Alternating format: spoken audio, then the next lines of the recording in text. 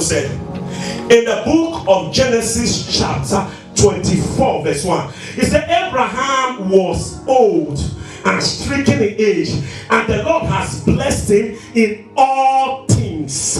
Abraham was old. What does that mean? You need to be mature to handle the blessing. Abraham was old. That means Abraham have advanced. Abraham is not a babe. Abraham is not a child. Because he's old, because he's mature, because he can discern, I give him the blessing. Until you are old in God, you cannot be blessed. Hear you, sir.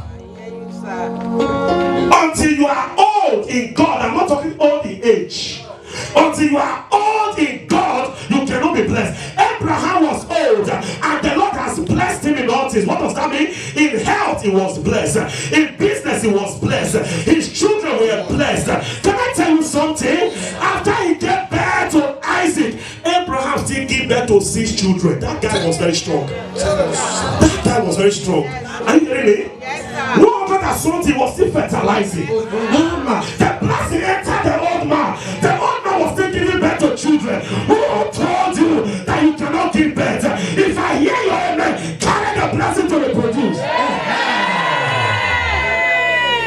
When the blessing entered Abraham, 100 years, he married Keturah, an Egyptian woman, a black woman, and the black woman revitalizing. There is somebody here, something is dying around you. If Abraham could reproduce at 100, I don't know what they told you. The blessing is coming upon your bone, it's coming upon your business. It's coming, it's coming, it's coming. Abraham was old. One of the things you must understand about the blessing come upon those that are mature. Yes. As for long as heir is a child, he differeth not from his servant. Galatians chapter 4. Though is the Lord of all, until the time that is appointed by the Father. So the blessing don't come upon the immature. Abraham was old. He was able to discern. He was able to follow God in thick and thin. Now here is what Abraham was tested and trusted. And God said, I can trust you. Because I can trust you, I can bless you. Let me talk to somebody here. As you grow old in God, may God bless you. Another thing you must understand, the blessing brings fruitfulness. When you are blessed, you'll be fruitful. Genesis chapter 1 verse 28. And the Lord blessed them and said, be fruitful. When you are blessed, you will be fruitful. Mental fruitfulness. Now, fruitfulness has what to do with giving birth alone. That is where we Africa miss it all. That's why you see a man that don't have job in Africa, he will marry 3 women. He will give birth to 30 children. And there is no one to take care of the children. Because he feels that God said, go and multiply. Go and multiply in your mind. You notice that rich men have only 1 or 2 children? Poor men will marry the whole community. They cannot give, they cannot train them. Because they misunderstood what God said. God said, be fruitful in your mind. Think in your mind. Don't be fruitful in your body alone. Raise up your head, this church. It's not just about the number. It's about the quality of the number. One person, there will be more than 1,000. If I hear you, they carry the anointing. The blessing brings fruitfulness. Something coming upon you. The blessing is like an oil. When you put oil in the soup, that oil will enter the soup.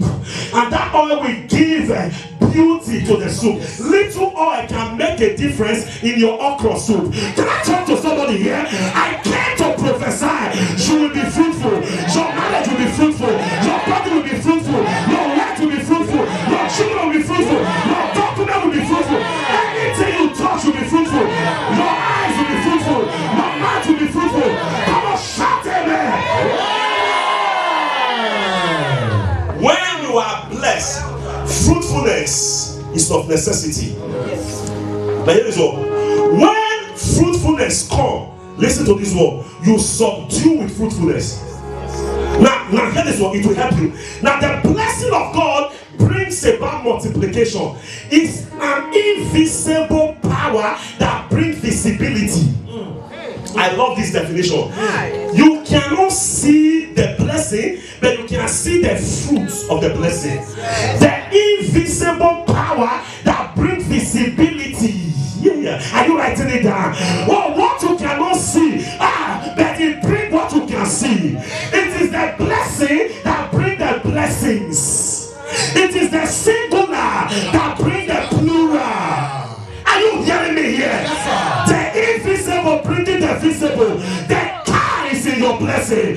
The car is the fruit of the blessing. The car is not the blessing, it's the fruit of the blessing. Your children are the fruit of your blessing. It is when you are blessed you can have children. I came to prophesy as you stand on your feet, carry the blessing. The invisible power that bring the visible blessing. Please hear this as I make an attempt to round up. What are the functions of the blessing? Now, when you are blessed, it guarantees your health. I love this one. The blessing guarantees your health. Deuteronomy, Exodus chapter 23 verse 25 is one of my favorite scriptures. Say, you will serve the Lord. He will bless your bread and water. He will take sickness away from you. When you are blessed, you cannot be sick. You get that? He said you will serve the Lord. The Lord will bless your bread and your water. What does that mean? When He will give you communion, as you begin to eat the communion, sickness will be taken away. He said you will serve the Lord. The same God will bless your bread and your water. That means as you are eating food, He's blessing the food. As you are eating your rice, He's blessing your bread and your water. Through that food, it will take sickness away. That's why as you eat, you become healthy. Because the Lord bless your food. I came to prophesy. You will not eat poison. You will not eat poison. You will not be poison. They will not cut short your life. One of the benefits of the blessing is health. Because it's someone that is alive that will drive car. No matter what you lose, if you did not lose your life, you didn't lose anything.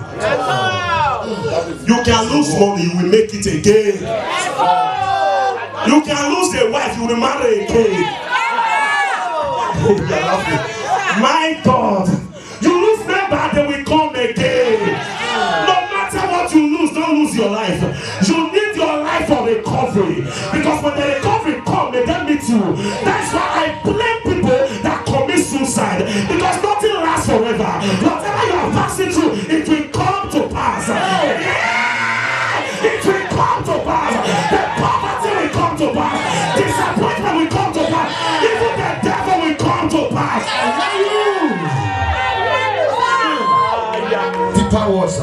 Even the devil will come to. You know why? No. Because after devil tempted Jesus, he left Jesus. There comes a time after they have troubled you, they will leave you. I came to prophesy. The devil will leave you. The witches will leave you. Reformer will leave you. Toscana will leave you. They shall leave you. The witch will leave you. Devil will leave you. Fire!